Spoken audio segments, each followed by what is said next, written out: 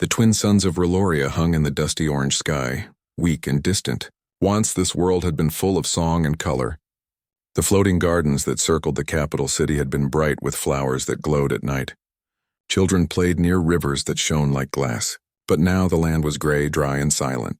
The rivers were gone, the gardens had fallen, and hunger ruled everything. Two sisters walked across the cracked ground. The older one, Lyra, carried a small bag made of old cloth. Her younger sister, Neva, walked beside her, holding her stomach. She was weak, too weak even to cry, but sometimes a small whimper escaped her lips as her empty belly hurt again. "Just a little longer," Lyra said softly. "There may be something left near the reactor ruins." Neva only nodded.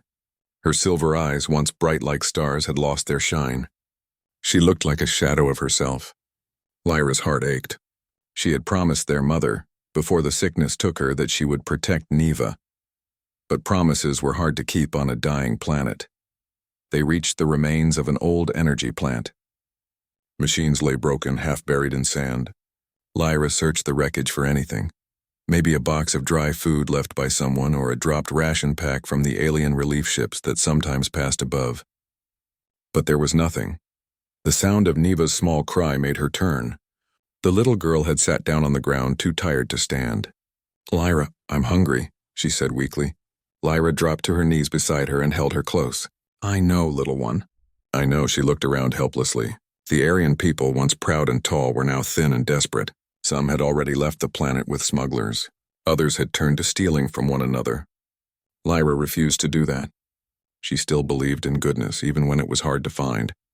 As the twin suns sank lower, the wind carried the smell of smoke. Lyra looked to the west. In the distance, a group of humans had set up camp. Their large metal structures shone under the sunset.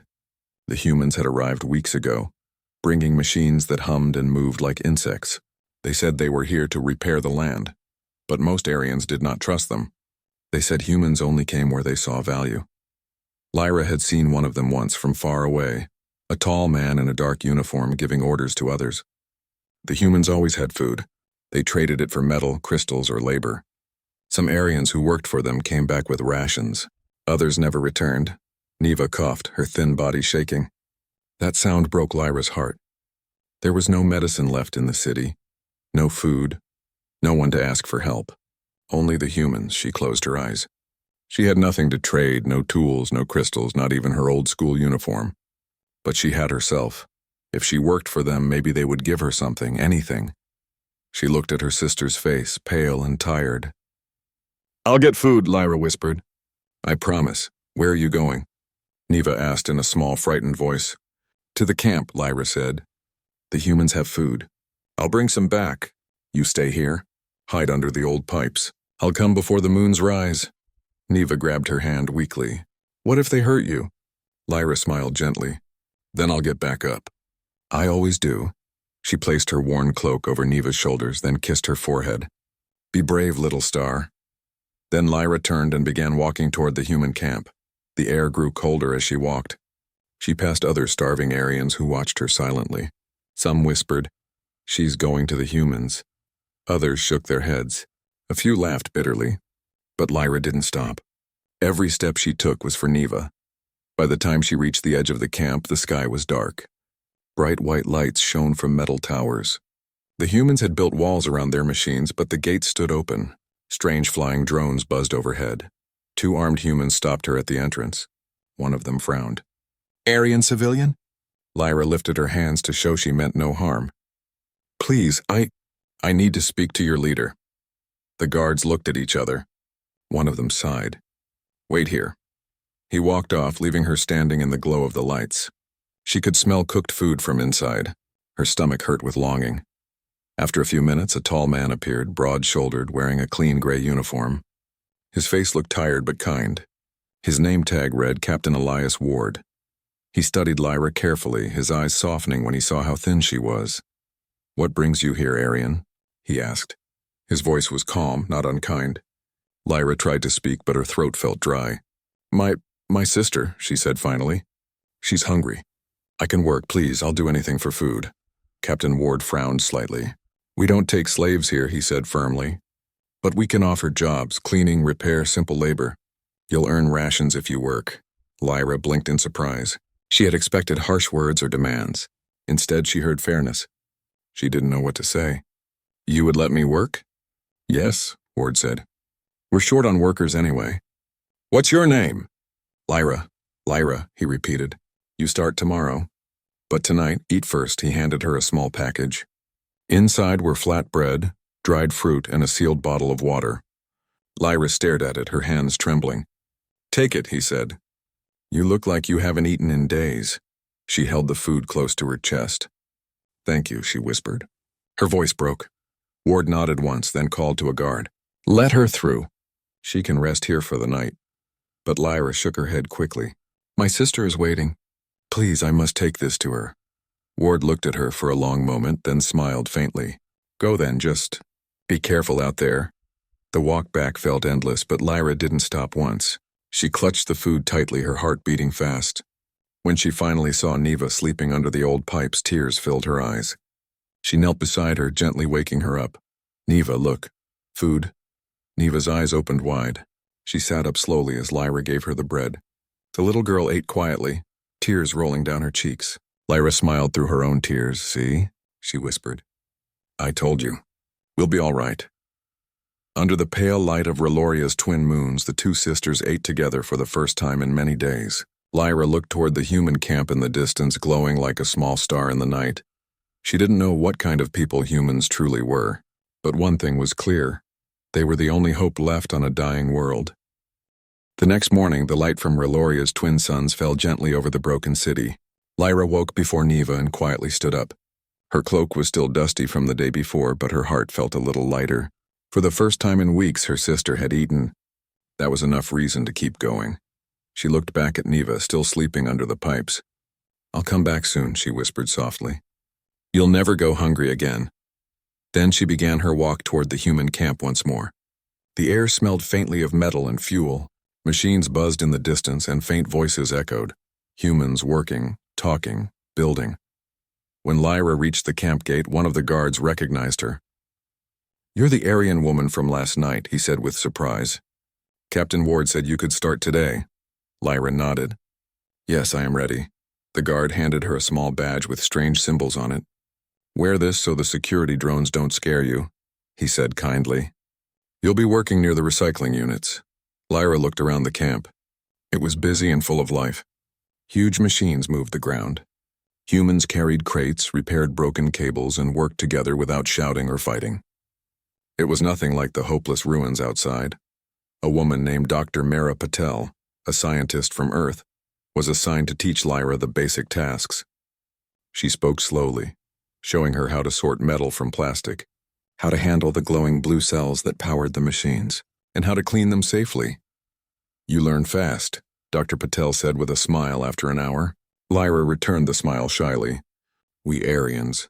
We used to study science too, before the famine. The human nodded sadly. Then maybe this is a chance to start again. All day Lyra worked with quiet focus. Every movement reminded her why she was there, so her sister could live. By the time the suns began to set, she had already finished more work than expected. When Captain Elias Ward came to check on the workers, he noticed her immediately. You did well, he said. Dr. Patel says you handled the power cells like a pro. That's not easy. Lyra lowered her eyes modestly. Thank you. I just did what she showed me. Ward handed her a small ration pack. Here, payment for today.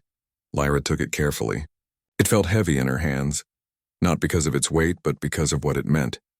Survival. Hope. Do you have somewhere to stay? Ward asked. Lyra shook her head. Outside the city. My sister is there. He nodded thoughtfully. Be careful. The nights here aren't safe. There are still bandits and machines from the war days. I will be careful, Lyra said. Thank you, Captain. That night, Lyra returned to Neva. The little girl ran to her the moment she appeared. Lyra, you came back, she cried happily. Lyra hugged her tightly and handed her the ration pack. See, we have more food now. I'll work again tomorrow. Neva smiled, her small face glowing under the moonlight. You're amazing, Lyra. Lyra laughed softly. No, little one. I just found people who are different from what we were told. Neva tilted her head. Different how? Lyra thought for a moment. They don't look at us with hate. They build things, fix things.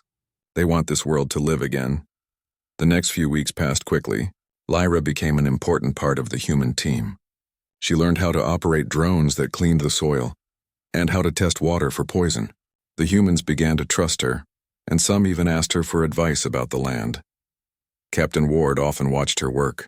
He saw how careful she was, how she treated the machines like living things. He also noticed how she never ate until she had taken food to her sister. One evening, as the last sun sank low, Ward called her to his office, a small tent filled with glowing screens and maps.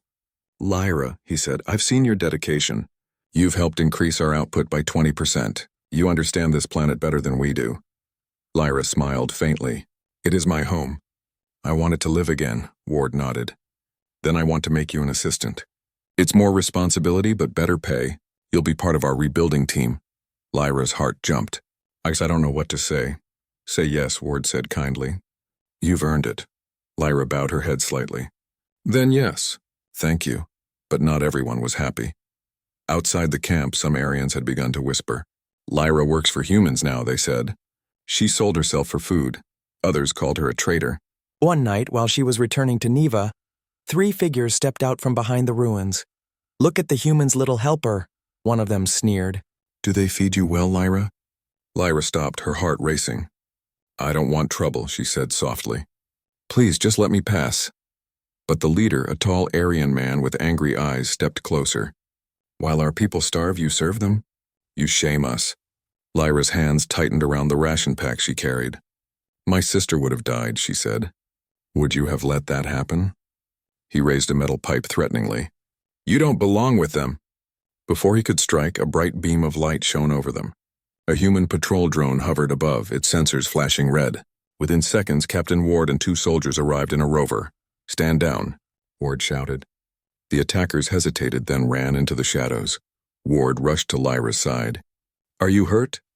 Lyra shook her head, breathing hard. "No, they're just angry." Ward looked after the retreating figures. "You risk your life every night for your sister. You shouldn't walk alone anymore." Lyra smiled faintly. "I've faced worse. But thank you for coming." Ward looked at her for a long moment, then said quietly, "You shouldn't have to face this alone." Later, as he drove her back to the camp for safety, Lyra sat silently beside him, watching the stars through the rover window.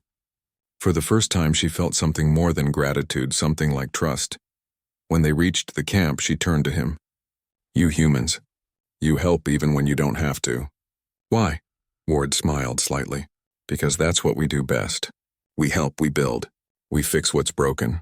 Lyra looked down at her hands once empty, now strong again. "Then maybe that's what my people need to learn." Ward nodded.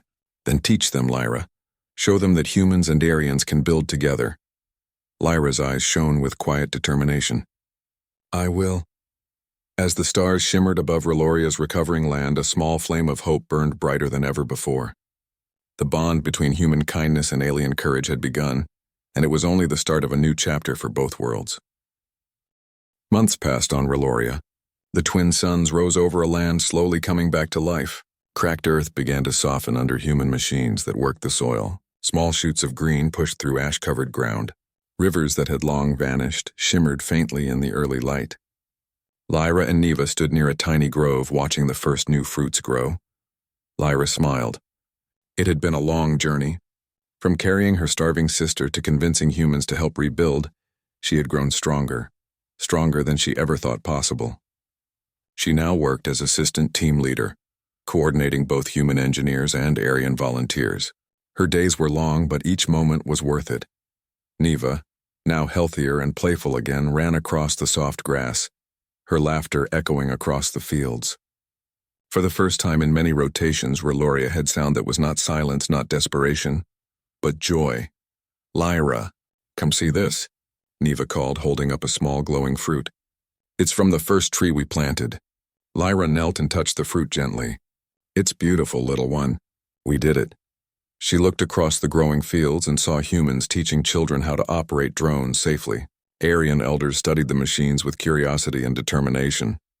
Cooperation was slowly turning the planet into a place of hope. Captain Elias Ward visited the site often. He admired Lyra's leadership and her ability to connect with both humans and Aryans. One afternoon, as they watched a water reclamation system being installed, he said, "You've done more than I expected, Lyra. You've shown everyone here that humans and Aryans can rebuild together." Lyra smiled softly. "It was never about me.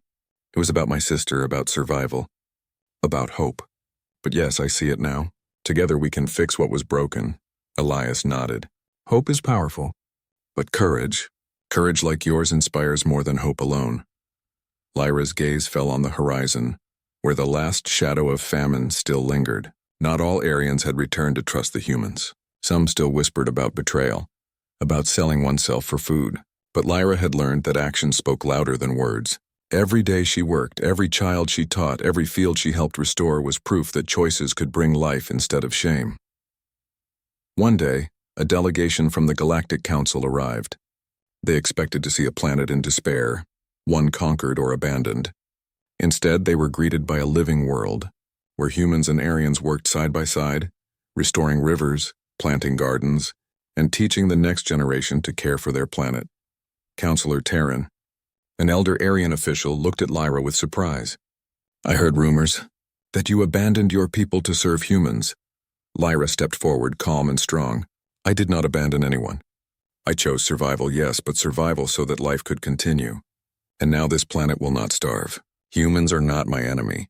They are my allies. They helped us learn what hope and cooperation can do." The counselor paused, then nodded slowly.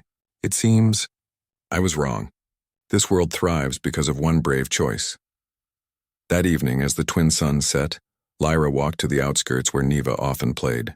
The little girl ran to her, carrying a basket of glowing fruits and colorful vegetables. "Look, Lyra, the harvest is growing fast."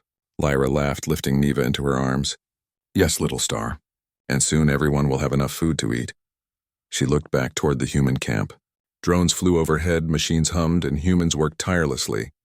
But alongside Aryans who had once been starving and hopeless, life was returning not because of power or technology alone, but because humans had chosen to teach and help rather than dominate. Lyra remembered the day she first approached the camp, trembling and weak. She had offered herself in desperation, expecting harsh words or rejection. Instead, she had found respect, kindness, and a chance to save her sister. It had changed everything. As weeks became months, Lyra became a symbol of hope for the entire planet. Human engineers often consulted her before making changes. Aryans sought her guidance for rebuilding homes, schools, and farms. Neva, always at her side, grew strong and bright, reminding everyone of what had been at stake. One morning, as Lyra and Neva walked through a restored grove, a group of young Aryans approached them. One of them asked shyly, "Lyra, will you teach us too? Can we learn to work with humans?" Lyra knelt to their level. "Yes, humans taught me that working together can create something amazing. You can learn too. And one day you will teach others." The children cheered, and Lyra felt a warmth she had not known in years. Her choice, once driven by desperation, had become a bridge for peace and cooperation. The Galactic Council held a final ceremony to celebrate Reloria's recovery. Humans and Aryans stood side by side, smiling, laughing, and sharing food. Captain Ward gave a speech. "Today, Reloria rises again, not through force, not through conquest, but through kindness, courage, and cooperation. We came to rebuild a planet, but we found something more. We found friendship and hope." Lyra stood with Neva at the front. Neva clutched her sister's hand and looked up at her with admiration. Lyra smiled, feeling pride and love fill her heart. The twin suns shone on the rejuvenated fields, the rivers sparkling, the trees growing taller each day. Children played in the newly watered gardens, and the air carried laughter instead of sorrow. Lyra whispered to Neva, "We did it, little star. We didn't just survive, we helped this world live again." Neva hugged her tightly. "I'm glad you were brave, Lyra. I'm glad you chose to help me." Lyra kissed the top of her sister's head. "I only did what any sister would do. But thanks to humans, we can all do more than survive. We can build a future," and so Reloria was reborn. Under the care of its people, guided by the lessons of compassion and courage, the planet thrived. Humans and Aryans worked together, not as masters and servants, but as partners. And Lyra, once a desperate girl walking to a human camp for food, had become the bridge between two worlds, a symbol of hope, bravery, and the power of kindness. The twin suns rose again brighter than ever, over a world that had learned the greatest lesson of all. When hearts unite, even the darkest days can bloom with life.